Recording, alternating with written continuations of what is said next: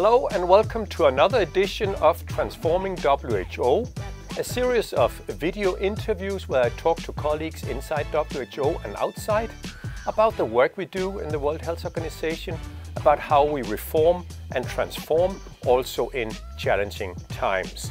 And today here in the studio I'm visited by my very good colleague Dévora Kestel, who's the director here at WHO headquarters for mental health, brain health and substance use.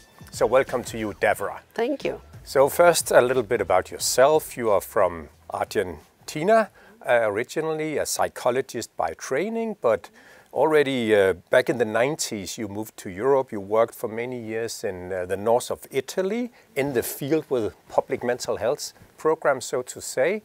Around the turn of the century you came to work for WHO the first time, working in Albania and Kosovo with mental health on the ground again. This was after the civil war of ex-Yugoslavia, so I guess a lot of mental health challenges, but you worked on our programs. Eventually you also became head of our country office in Albania. So you have extensive experience across all the three levels of WHO.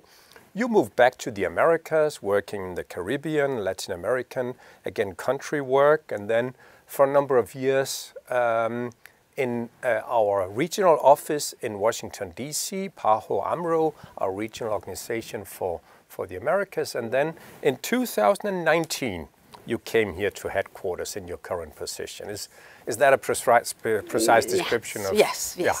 Correct. So even though in your department it's mental health, brain health and substance use, we'll focus on mental health today. That seems to be your whole professional career. Yes. So we're going to start way back in history, Dévora. When WHO was founded after the Second World War, our constitution of WHO has a very, very strong preamble on health as a basic human right, health as more than absence of disease, health as physical, mental and social well-being. So already then there was a strong focus on mental health and on the right to mental health. But since then it seems to have been overshadowed by many focus on many other disease areas. So mental health hasn't always had the priority in our work as it maybe should have. Why is that?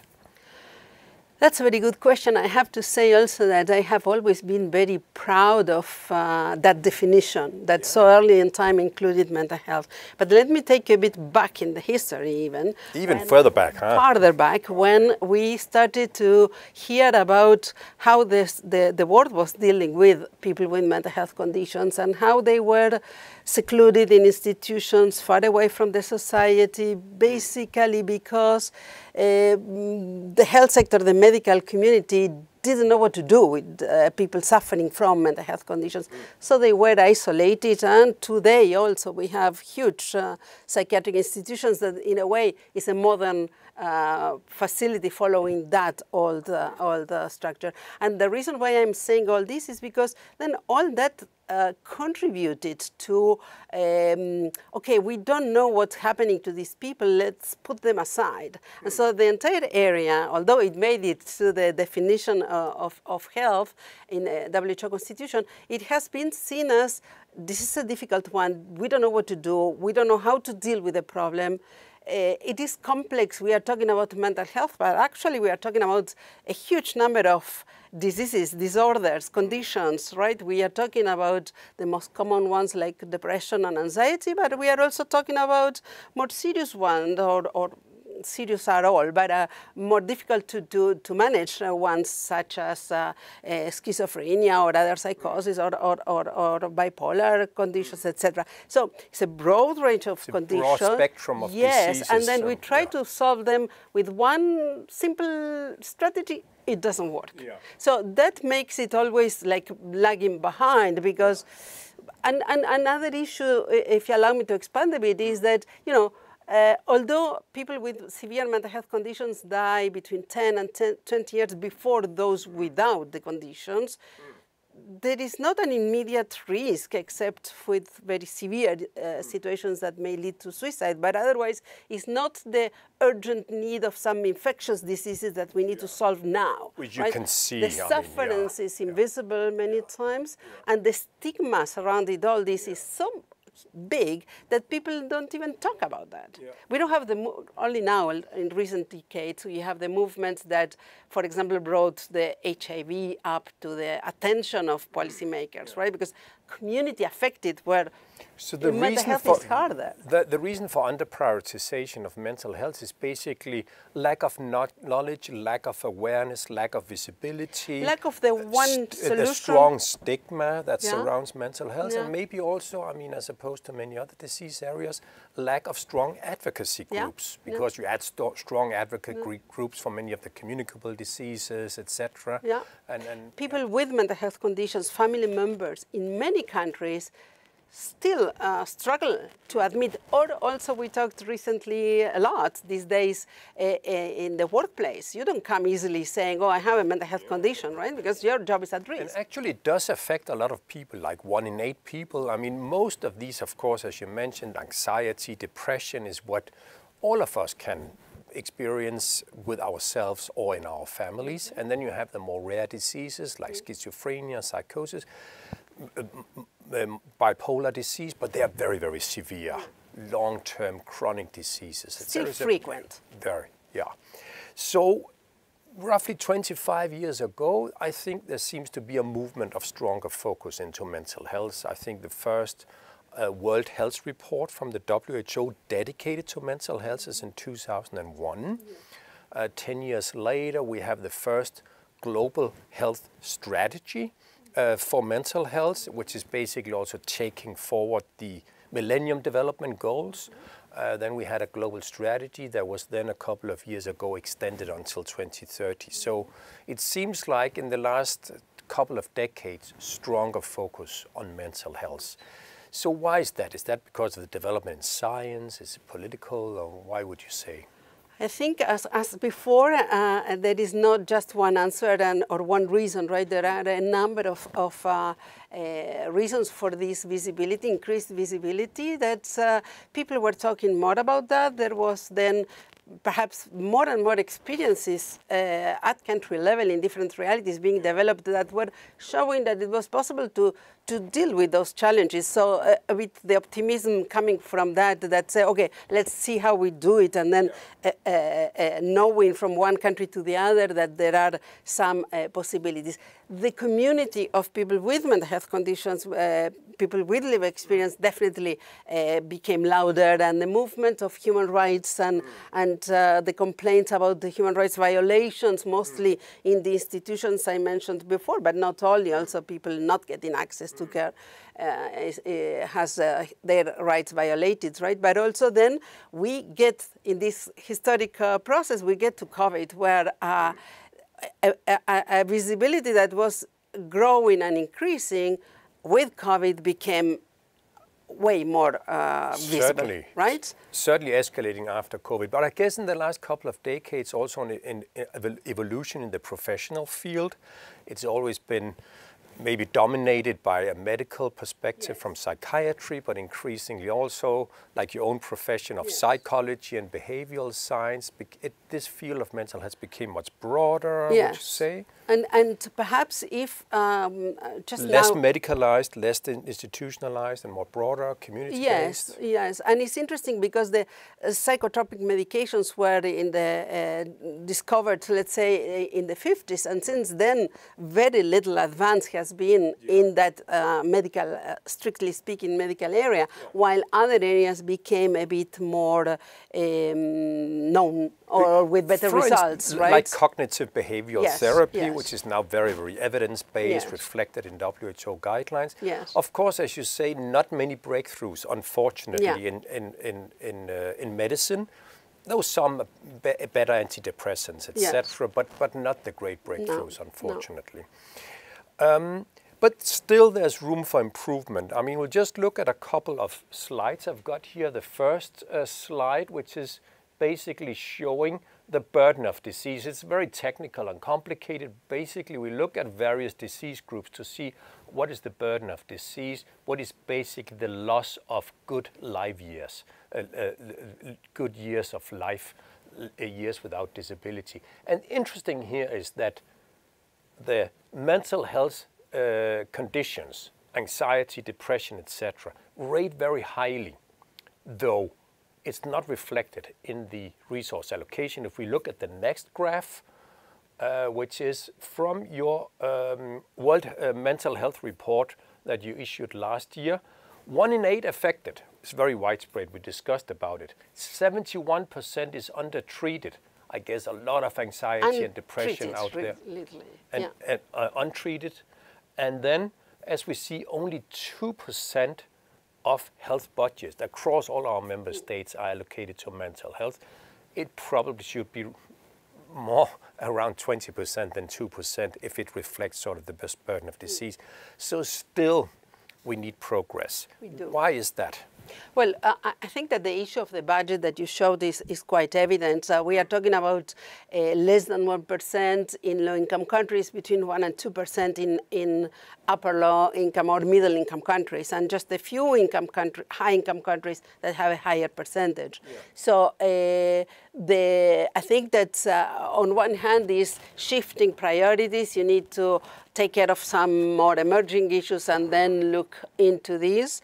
But now the time has come for member states, for countries, ministries of health mostly, but not only, to understand that there are a lot of actions that they could undertake to do, A, better with the money they already have, and B, look at options to allocate more, because those are the numbers that we are having, right? Those are the conditions people are suffering from. Not the ones that were 50 years ago, but those ones that are now. And so is that resonating? Is that resonating with governments? And it is. It is. And you know, we know here in this building how every year over the last 2-3 years, more and more governments can come to our governing bodies meetings and say, WHO, help us to do better. We need to prioritize mental health. We need to get more support for mental health. We need to do better, basically. The point is that they also need to see how they revert and review, perhaps, the set of priorities. And in your experience, I mean, how to get governments to prioritize mental health and get an action plan and fund it? What are the arguments that work? We have been trying to get more and more case studies, get the small experiences from all over the world, because there are good experiences all over the world, from low-income countries, from middle-income countries, and high-income countries, showing what can be done, how to do it. So basically the evidence, this is what works, this is the kind of... But it's not just the scientific evidence and the guidelines and the norms that they should follow. Yes, also that, we do that. But also the practical health programs. Do it. Because there are, I'm firmly convinced that everybody can do better. And so let's show the way and let's see how we can support that process. And then slowly increasing the number of people that have access to care. So that 71 should be smaller and smaller and smaller, and better quality but as well. It still takes time. I mean, I also looked at the numbers. If you look at the number of mental health professionals, I mean, like psychiatrists or psychologists, in many low and lower middle income countries, I mean, it's maybe only a handful per million inhabitants who actually can provide that specialized service. So that takes years. I mean, to educate a psychiatrist takes definitely years. 10 years, maybe, 10 years, right? But we have developed also tools, and there are good experiences of training, increase some capacities. In community-based health community-based workers, primary care settings, how others can do some part of but the this work. is basically what we do for other areas of disease, for maternal child health, for communicable diseases. But in a way, I think that the health sector has kind of fragmented. What is related to mental health goes apart, and somebody else will take care of. But again, breaking the stigma. I mean, depression is a good example because, I mean, that's a terrible disease. It's very widespread. It's all over. But we have actually evidence-based way of diagnosing and treating with and without drugs, right? That can be made accessible. It doesn't need a highly specialized psychiatrist, right? So these are some of the... And then let's save the one psychiatrist for whatever number of professionals to deal with the more difficult cases. So basically that thing about depression is not different from what we do with hypertension. Exactly. Which is also undertreated, by the exactly. way. Yeah. Okay, very good. And we already touched upon it, Dévora, but it seems like especially during and after COVID, there's a much stronger focus. It's like many countries across the world, all regions, realized during COVID-19 how important mental health is. They saw it in their young generation, in adults. So how do you see that influencing the agenda? Well, it's definitely influencing the COVID itself and the impact in people, plus the measures taken to prevent people getting infected from COVID. So the isolation mostly increased the possibilities of developing mental health conditions. Yeah. We did some assessment the year after, and it was an increase of around 25% of people with anxiety and with depression. Yeah. And young people were among the most affected. Women as well, but let's focus on young people. Yeah. Young people who communicate more than anybody else using social media. But maybe also because the stigma was broken. We basically suddenly we saw it and we talked more about our mental health. But I think that we owe that also to young people. Yeah. They're talking more openly and they're using other means to communicate that will spread faster and broader than the traditional way of talking about your own issues. So then the problem have increased, and that call for attention has reached out to governments from many countries. And that's why there is, again, I'm very optimistic, so I see a change happening, and hopefully that will end up in more and proper attention to those who need that. So we have, as WHO has a strategy, we have SDGs also dedicated to mental health, and one of the SDG indicators, we'll just bring up the next graph, is on suicide. So this is basically a graph showing how the suicide death rate across the various regions is actually going down in Europe and Asia. Overall, globally, it's actually stable, which is not what it's supposed to be if we are to be on track for the SDGs. We also see for Africa, it's not going down, and actually for Americas, maybe especially North America, it's going a little bit up. So we are not on track for this key SDG indicator of bringing down a suicide rate. We are not on track to the 2030. So why is that? Well, the lack of investment is a main reason. It's very hard to get support to work on suicide prevention.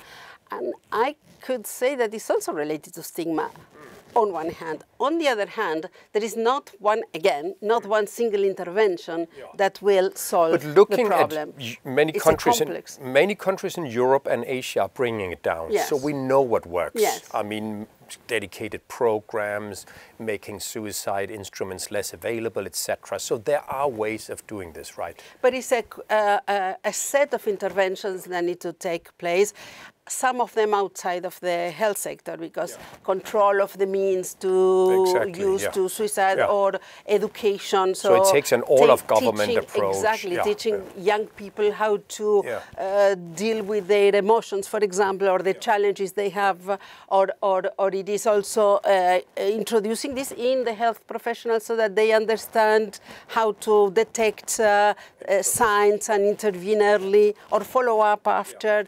But also the media, how the media report. All those 4 areas are the priorities that we know there is scientific evidence showing that if you put all that together, you can decrease. So we actually know how this could be brought down. Yes. So we are currently in a crisis of global health. I mean, that's maybe even an understatement. It's a great crisis. Withdrawal of the United States from WHO and many other global health entities. Withdrawal also funding very seriously, not only for WHO, but from any other multilaterals and for programs on the ground. Yeah.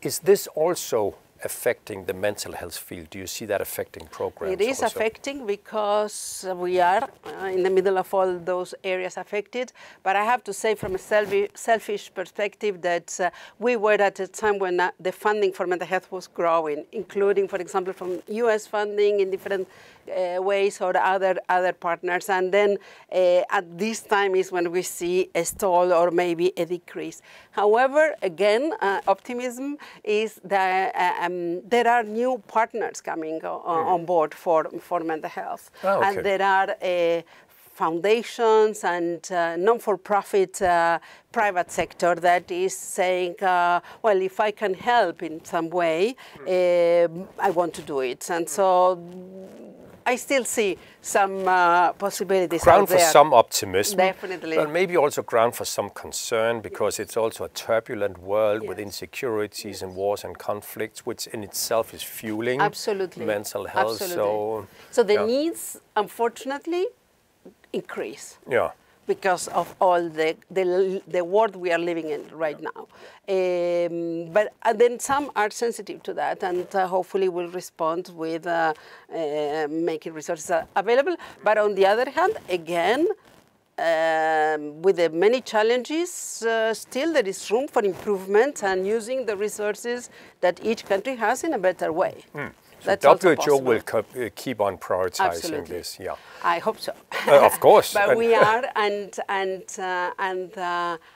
we are playing a unique role in this global health scene when we talk about mental health, because there are many new partners. Once upon a time, when I joined, in your summary, we were almost the only one that will play that global role. Now there are other actors, but no one that has this special role of WHO leading and normative convening work and support countries for implementation with guidance that helps them, the know-how that makes changes. But in the current crisis, I mean, many are also saying that it's not only funding, etc., it's also multilateralism that is being challenged.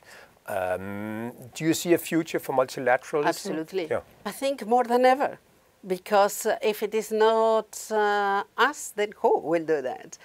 We are the ones that are in the better position to convene actors, to talk to those on the ground, and to talk to those doing the science, and to connect the dots, and to make sure that we know each other, what's going on, and to make sure that the resources available are useful for those who don't have them. So I think our role is more needed than ever when there are challenges with resources. So.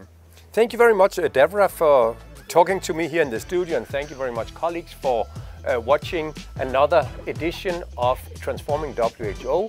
Do stay tuned on this channel for upcoming episodes.